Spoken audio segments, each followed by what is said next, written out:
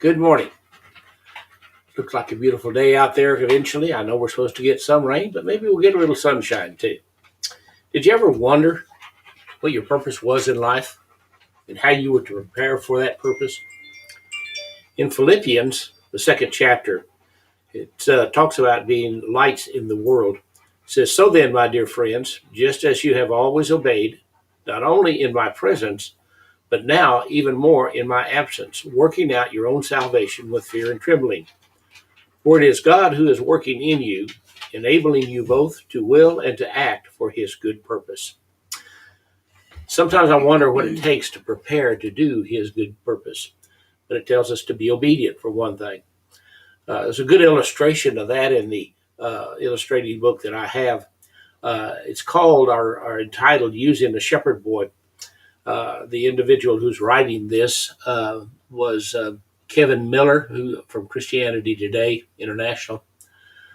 And it says, while traveling in Jordan, a leadership journal editor, Marshall Shelley, noted, while driving through the countryside and small town, you're impressed by the many Jordanians spontaneously waving at the bus. Some of those who waved were shepherd boys, usually alone. A boy, perhaps 12 or 14 years old, would be standing near a flock of goats or sheep, often in utter desolate terrain. I wondered how the animals could find enough vegetation to eat amongst the rocks. Toward evening, we'd see the boy leading the flock back to the tent where the Bedouin family lives. What does such a boy do all day?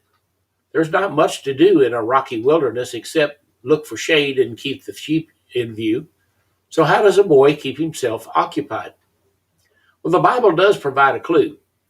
One such shepherd boy who grew up not far away, named David, must have spent his time singing songs and throwing rocks. Day after day with the sheep, there would have been lots of time to make up songs, and there certainly was an endless supply of rocks. Did he ever wonder he was wasting his time by singing songs and slinging rocks?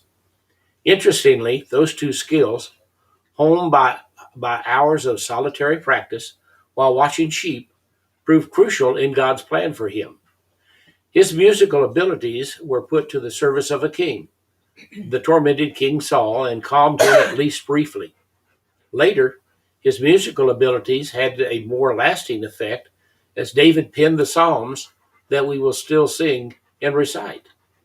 And the rock throwing, well, that skill, of course, led to David's stunning victory over Goliath. The stone sling emerged as a national hero.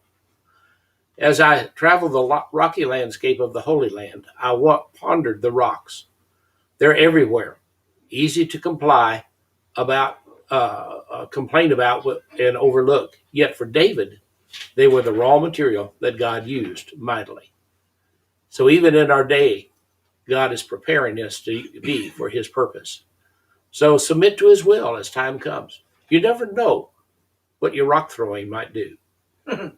But also, don't forget to give singing and praising to the Lord. Amen. God bless you. Have a great day.